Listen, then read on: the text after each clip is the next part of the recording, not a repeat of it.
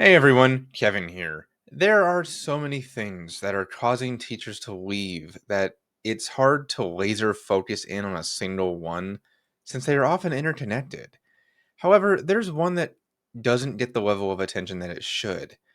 How much our graduation rates are made up now.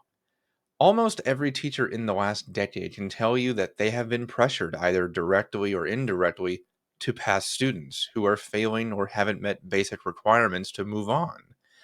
Unless a parent specifically requests it, we don't hold students back anymore. We just socially promote them instead.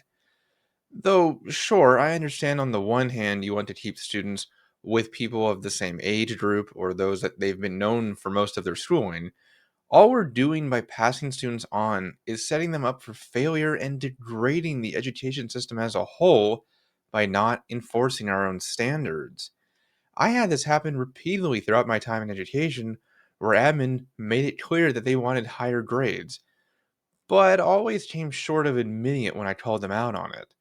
The last instance came about 4 months before I walked out of the classroom. I've mentioned before how I was called into a meeting with my assistant principal and told that your scores are the lowest at the school. This means you're not doing enough and that it reflects really poorly on you right now. I straight up asked him if he was telling me to pass students, and he backpedaled and tried to say no, even though it was clear that's what he was pressuring me to do. I followed that up by asking, have you ever looked at the data of why those students aren't passing? Of course, he said no, and then it didn't matter, just that my scores needed to go up. Well, let me enlighten all of you why those kids were failing.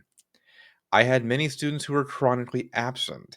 Fewer than a third of the students turned in any work whatsoever for me to grade, and student behavior was out of control. And even the teachers with the absolute best classroom management on campus were struggling to put up with the increasing levels of violence and vandalism.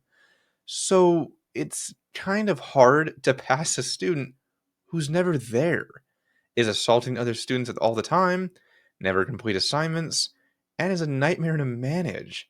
Combine all of that, and you get a student who fails a class.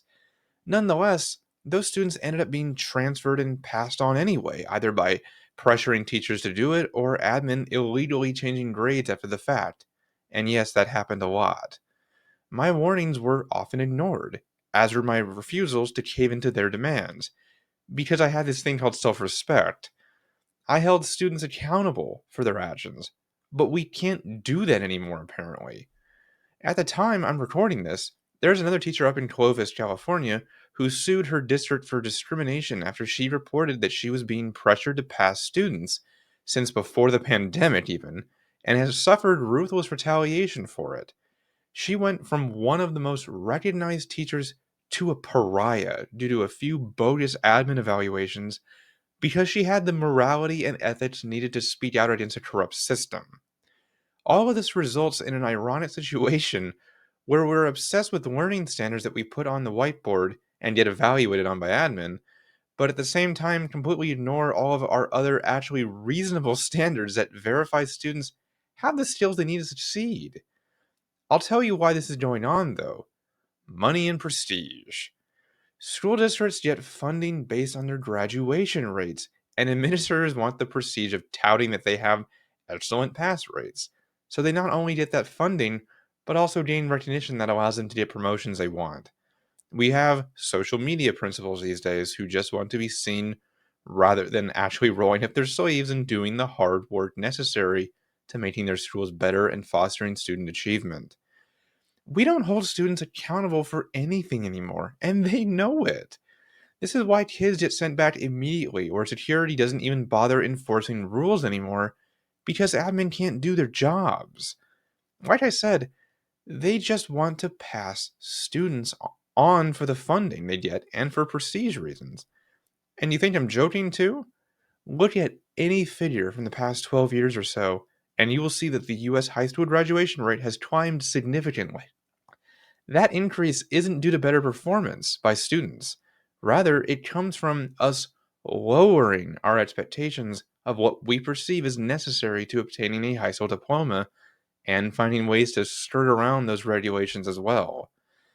Most states are doing away with high school exit exams and have changed grading systems to allow students to pass with a D now rather than at least a C. Even the old joke of C's get degrees is fitting now because of this. What has all this led to? Preposterous graduation rates, which even a cursory glance at would reveal are completely made up. I want to say at the end of last school year that a campus near Los Angeles proclaimed a nearly 99% graduation rate, which I can guarantee, without having any further information, were social promotions. This leads to students being forced to take remedial coursework in college in order to catch up to where they were should have been already from an academic coursework standpoint or in an extension course sense. There was even a lawsuit across multiple states, which the plaintiffs won, that said their students were not taught to read, yet still were constantly promoted on and were allowed to graduate nonetheless.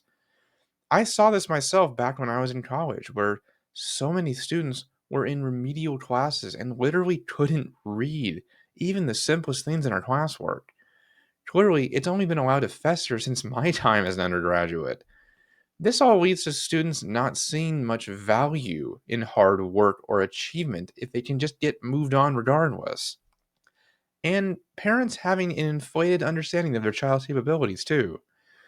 We have the highest graduation rates we ever had, yet at the same time, we have the most uneducated students we've ever had in generations as well. It would be amusing if it wasn't so infuriating. I was tired of having to compromise my values for the sake of a profession that not only treated me with disdain, but praised a lifestyle that took advantage of me. So, what's the solution? Hold students accountable. If they don't show up and don't turn it in, fail them. Why is that so complicated? When did that become controversial, too? It's not that hard of a concept to understand. Until we put the authority back in the hands of teachers and treat them with respect, the public school system will just continue to fail. I'll say it again. Wake up. But that's it for today. If you have any questions or need assistance, I'm always here to help get you through this. See you next time.